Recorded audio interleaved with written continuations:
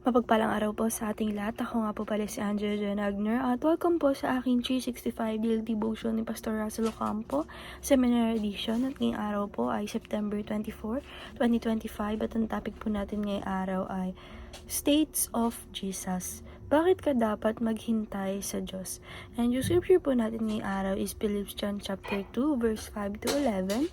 And yung sabi po dito sa ating concept na State of Jesus Christ.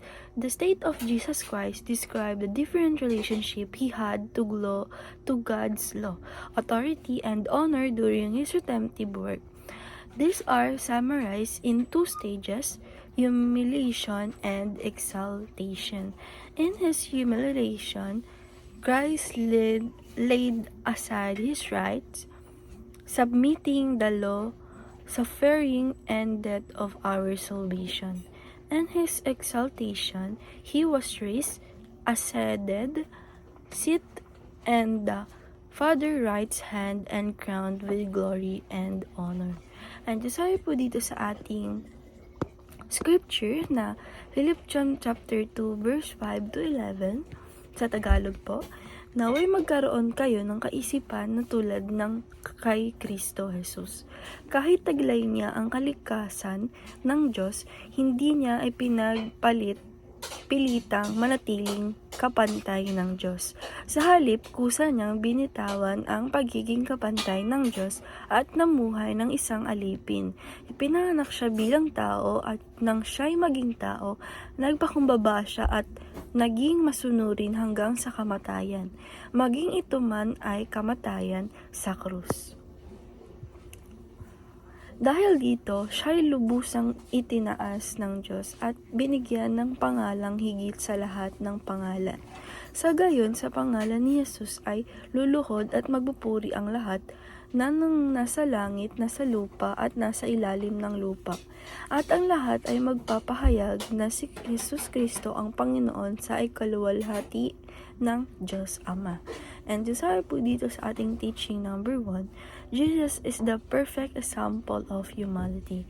Sabi po dito na yung ating Panginoong Jesucristo is siya talaga yung pinaka-perfect example ng humility o nagpakumbaba sa ating lahat kahit dapat siya ay isang Diyos.